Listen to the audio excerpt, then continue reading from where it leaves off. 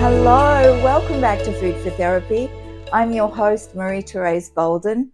Welcome to the show that combines my training and specialty of psychotherapy and counseling with my love, my passion of food and hosting and culture. And on this very special edition today, I have a very special guest, my favorite daughter in the world, Cairo Bolden. Hi, I'm Cairo, and this is my mom. Oh, you're so gorgeous. And the topic is one that Cairo and I have been collaborating on and discussing for a long time now, and that is the modelling industry, what you've gained and what you've lost from being in that industry. And that's why we're here today to talk about that. So the food is very simple, guys. We're on vacation at the moment. It's a beautiful butternut squash or pumpkin salad with homemade kofta, homemade pita bread. All the recipes will be on our social media. So please sit back, enjoy as I discuss and talk to my daughter about this very, very topical and wonderful issue, the modelling industry. Tell me about it. Let's talk about your desire from the time that you were a little girl, very, very little girl, and you used to beg me to put clothes on and come and pick you up from school. And that was really how I knew that you really had a desire to be in the modelling industry. Tell us about why you wanted to be in the industry. Yeah, I mean, I think I always had a knack for fashion. As my mom was saying, I used to always ask her to try on dresses. I was always playing dress up. I love to take pictures. And obviously I was born with the height. So I would get told a lot. And the beauty. I would get told a lot. And then I just kind of like started playing around, shooting my own things. I really started as kind of like a freelancer, if you want to call it that. And I would just shoot with friends. I had friends that made clothes, so we would also collaborate. And eventually it just started becoming more consistent and turned into kind of like a passion. And yeah. But I thought you'd grow out of it. Mm-hmm. I knew it was an industry that was going to be fraught with challenges for you. I knew it was a very difficult industry to break into, to maintain your mental health, your wellness, and your equilibrium. And at every point in your life, from the time you were probably 5 and then you were 12 and you still had that desire to be in the industry, and then you were 15, I thought, this isn't going away. She really does want to do this. Right. What was it about the industry that made you want to really experience and break into the industry? I mean, I had my role models, like Yasmin, Guri, Cindy Crawford. I loved all of those girls. All of those girls were made with kind of similar bodies to mine, and that kind of, they had that look that I looked up to. And Naomi Campbell. And Naomi Campbell too, but I feel like personality-wise, I was more drawn to them. Yeah. Even though I had pictures of Tyra Banks for you, I had Naomi Campbell because I really wanted you to see yourself in them. If that was your dream, I wanted you to actually see yourself in these models. But you said personality-wise, you were more drawn to. Yeah, I mean, they're just they seem like calm, collective beings. Right. That typically is how I am. And they're very humble as well. So I love that about them. Mm-hmm. And so it was their personalities that made you want to get into the industry? No, I mean, those were the girls that I followed, but getting into the industry was I just loved reading magazines and seeing beautiful faces, obviously. And I did used to see a lot of Black women in the States only, mainly. But yeah, I mean, they kind of inspired me, I would say. Right. So it sounds like you had a fantasy. You had a fantasy of what the industry was. Mm-hmm. So share with us more about what was your experience in trying to break into the industry in Australia, and then the point where you got scouted when you were 15. Share with us. Yeah, so as she said, I was scouted when I was 15. I was still in school, still very much growing into myself and my body. And I mean, already off the bat, they were asking me to, lose weight at 15. So I mean, it was collectively, my mom kind of gave me some advice and said, it's best that we should wait until you're 18. There's a lot that comes with it. And I never really thought anything of that. That moment wasn't a real defining moment for me. But what did you think about the fact that they were asking you to lose weight? How did I that didn't think about it. I at don't all? think. Not at that age. Right. Okay. You just Yeah. took it as part of the process. I don't think that I was like ready. So I wasn't serious enough about it to even care at that moment. Right. Yeah, so I mean, I was 15, and then, later on, I think I was about 16, 17 when I was started taking all the pictures and getting more into it. Like I said to mom, like, I want to go and see agents here in Australia. And she kind of supported me. She helped me a little with my portfolio. And obviously I went to many, many agents, and this was in probably when was this? 2016, 20? Yeah, 2016. Yeah, so it was a while ago. Obviously a lot has changed. But at that time there weren't many black girls, kind of very black and white, one way, Sudanese or nothing. This is Australia. In Australia at that time. And it was very much like tokenism. They only wanted one type of black woman. Of black woman. Yeah. So obviously I wasn't able to do that at the time in Australia. So I decided that when I turned 19, I was going to move there. Well, we decided collectively, your father and I, we decided that it would be right for you that you would be ready. You gave me advice. I decided to go over it at 19. And that was, yeah, I felt as a mother, I felt that was the age that I could, hand on heart, let you transition into this industry, let you move to another country and help supported you in doing that. But let's talk a moment about what it is that you want to talk about and maybe not talk about because of the challenges that you faced. So we took you over at the age of 19. We got you settled into an apartment. I helped you settled in. And then we started the task of helping you find the right agent. Let's talk about that. Yeah. So, I mean, in finding my right agent, I was just I wanted to go see everyone. I wanted to get the best opportunity to do what I could do. So, I think I applied to probably about 25 agencies. Probably 10 of them told me, you need to trim down XYZ. They said that to you outright? Yes. And in different ways, all of them, as they do. And I mean, I just kind of like kept going, but it took about a year and a half for me to find my first agency in New York. And they were very accepting of me as I was, which was a huge blessing, and I'm extremely grateful for them. Yeah, you were grateful because they opened the door for you to the experiences that you had. So now let's set the scope. You're in New York, you've got an agent, and you hit the ground running. And then take us through your 19-year-old eyes, what that experience is like for you. You said that you were told in various ways that you had to lose weight. How would they tell you that? So yeah, I mean, I wouldn't say that I was not told that by my agents at the time. As I said, they were very, they took me as I was. Clients, 100%, I was told that all the time, or they would say nothing, and it was really just about the clothes. If you're not fitting the sample size, you're not fitting the size. But how would clients say that to you though? Oh, like you have broad shoulders, or your back. You're athletic. You're so athletic, which in modeling is terms for other things.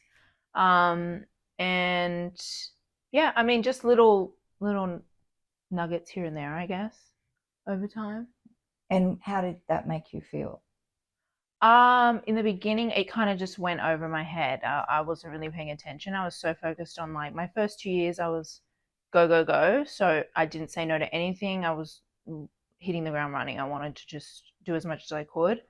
So it was just like over over my back, and I kept going. You dusted yourself off. You didn't let those Yeah, I didn't really want to stick. take things home with me. I would leave it at the casting or leave it at the job. I started booking consistent clients. So you were a professional working model, and your agency was getting you work all the time, Right, based on your yes. clients. Yeah, so I was building my book, working consistently, and I had a blast. It was amazing, my first years in New York. And yeah, I mean, my original goal when I got into modeling was I wanted to do it at the highest level. So I wanted to walk high fashion. That was where my head was at. So really this whole time, obviously I was going to these castings and they weren't those types of jobs. They were commercial jobs, which is amazing. You still get paid great. It's like, it's longevity, but my dream was high fashion. So I didn't really feel completely satisfied the whole time, kind of thing. And I just kind of was like, well, if I want to reach those goals, I'm going to have to maybe start paying attention to what people are saying and, take that on. So. And you did do that. And it was a awakening for me, and it was a very challenging time to witness you go through that. And I know you don't want to get into specific details because you don't want to be triggering to someone. And I Correct. think that you're amazing for that, because you're so self-aware and self-conscious in that you have the power to affect somebody else's life by what you say and what you do. So I take my hat off to you for wanting not to be so specific about the details, but broadly speaking, I think we should speak about what happened next for you. Yeah, so I wanted to get to a goal weight. It's really measurements kind of in modeling. That's what it's about. So I wanted to fit the measurements, could walk in these shows. So that was really my goal. So I mean, I dedicated like 2.5 years to like excessive working out twice a day. My nutrition was completely off because obviously I wasn't nourishing my body enough. And over time, it just started, becoming worse and worse for me. Like I was feeling the effects of it. But I had clients and people around me who told me I looked great and keep going. What are you doing?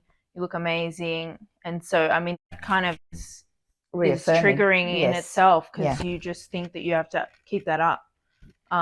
So yeah, I mean, I went down that road and yeah, I just kind of hit a wall, and I kind of realized that it was not, I couldn't live like this, obviously.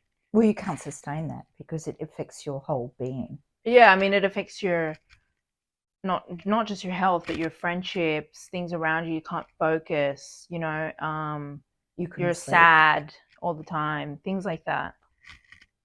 You couldn't sleep. Your sleep, yeah. I had terrible insomnia. And period. I lost my period. And these are just some of the effects. You were also getting heart palpitations, which you told me after you'd gone to London. Yes, yeah. Which I noticed. I mean, I noticed these changes happening in you very early, and thank God that I did. But you didn't believe me when I first told you. No, I was very much still in the thick of it, in my head, obviously. And I mean, I was going off the feedback that I was getting from other people and jobs and clients. And, I just kept thinking that I'm almost there. But then I started thinking like, okay, what am I going to do when I get there? Because, So it was that drive to attain the unattainable, to reach that pinnacle of your success. Your marker was that you wanted to walk in Paris Fashion Week. Right. Correct? And so I mean, realistically, only 10% of models that are that small are actually born that way. So if you think about it, there's a lot of girls who are doing terrible things to their bodies and just for nothing, Yeah, you told me some stories. Well, let's talk about how you got the opportunity to go to London, and that was the epiphany for you. That was the eye opener for you. Yeah, so my goal to go to Europe was it was always important to me, and I was finally, going to London last summer. And so really leading up to that, I was like full on, the workouts were excessive, as I said. My food was very limited, and I just had a lot of pressure on myself. I was stressed out. Even my skin was terrible. Everything contributes to that. And I had to go to London and take all these meetings, and even though people would have perceived me as, I don't know, looking whatever the best or that ideal body, I just felt like But by that a stage, zombie inside. I don't think people did perceive that. People could see that you were incredibly skinny and that they were really concerned about you because they referred to that in your modeling in your Right. So yes, when meetings. I returned from London, I was told that I looked unhealthy, etc.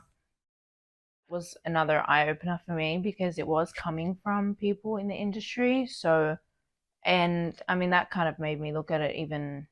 I was even more confused, because They weren't happy. I was like, which one is it, Right.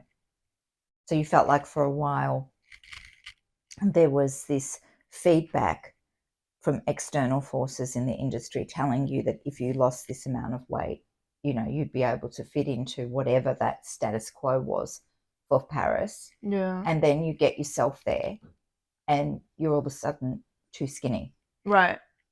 So, I mean, I was confused. I mean, I was just like, I don't know how I'm supposed to do this anymore. Like, I just didn't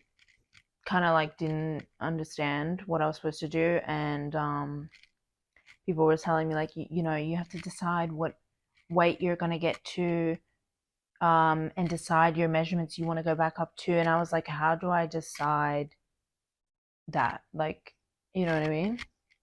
You felt like you were a cog in the wheel. If you want me to be healthy, how's there like a limit? So let's go back a minute and talk about the story that you told me when you were in London and you woke up thinking it was day. Yeah, so I mean, as I said, I did have crazy insomnia. I was getting probably 1 or 2 hours of sleep a night, and I was in London, and I woke up thinking that it was the next day in the morning, and so I got ready for my day and everything, and then when I went outside, it was dark. And as a mother, I can tell you that it was incredibly grueling to watch you suffer in that way. And thank God that you, obviously, because of our bond and our connection, trusted what I was telling you, which is that you're very unhealthy and you need to get some help. And even though my background obviously is therapy and I'm trained as a therapist, I can't give you therapy because I'm your mother and it wouldn't work because of the dynamic. And yes, I encouraged you to go out and get some help, and you did. But let's talk a little bit more about the impact. You kind of skirted over. It affects your whole life. It affects your friendships. Let's talk about that. How did it affect your friendships? Yeah, I mean, I just didn't have the capacity to like converse. I would go out with my friends and I want to leave in like 20 minutes, You had no energy. I was exhausted. I didn't Yeah. have any energy. Like my memory, things like that. I was just tired all the time. I would go to bed at 7 o'clock every night, and then I would wake up, obviously, multiple times throughout the night because I was hungry. And yeah, I mean, I had a great group of friends around me who were super supportive, and I'm super grateful for them, and obviously my mom and my family as well. But yeah, I mean, it definitely affects your friendships and just your like zest for life. I didn't really feel anything. I just felt like a zombie, honestly. You're an incredibly intelligent, witty young woman, and I felt like you'd become really hostile a lot of the time. Mm-hmm. And that was a red flag for me, Yeah. you know, because you were hangry all the time, Right. you know, and you, because you didn't see, initially anyway, you didn't see what I saw. I said, I'm not embellishing. It's not. I was definitely resisting the process in the beginning, I think. Yeah, but I don't think you did it for too long, because I kept insisting No. that you needed Yeah. some help, and that you weren't, you know, that when you have dysmorphia and you can't see yourself the way you really are, that impacts the way you behave. So for a little bit, you were consistently trying to stay in that pattern of just getting yourself to Paris, Yes. you know. Yeah. And for me, there's nothing more important to me than your health and your happiness, your mental stability, your physical stability. And what was also really concerning for me was that you'd lost your period. I did. I lost my period for 18. I think it was 18 months. Yeah, 18 months. And I mean, I didn't really connect. I hadn't connected the dots. So once I did, and I went to my doctor, she said, you know, everything is very, very low. You have got to stop working out and start eating, you know, for your body, and you need to nourish and healthy fats, and I had never really looked into nutrition like that, so it was really eye-opening, and you know, I learned a lot from her and the specialist that I saw after as well. Well, it was alarming that you would tell me she gave you the result that you had hormone level of menopause, which is what I'm going through. Yeah, so it definitely affects your hormones, and I didn't understand the severity, obviously, at the beginning. The implications of that. Yeah. Yeah, it was very eye-opening. Stay tuned for Food for Therapy podcast on the next episode, the modelling industry, what I gained and lost, where I chat to my beautiful, beautiful daughter, Cairo Bolden.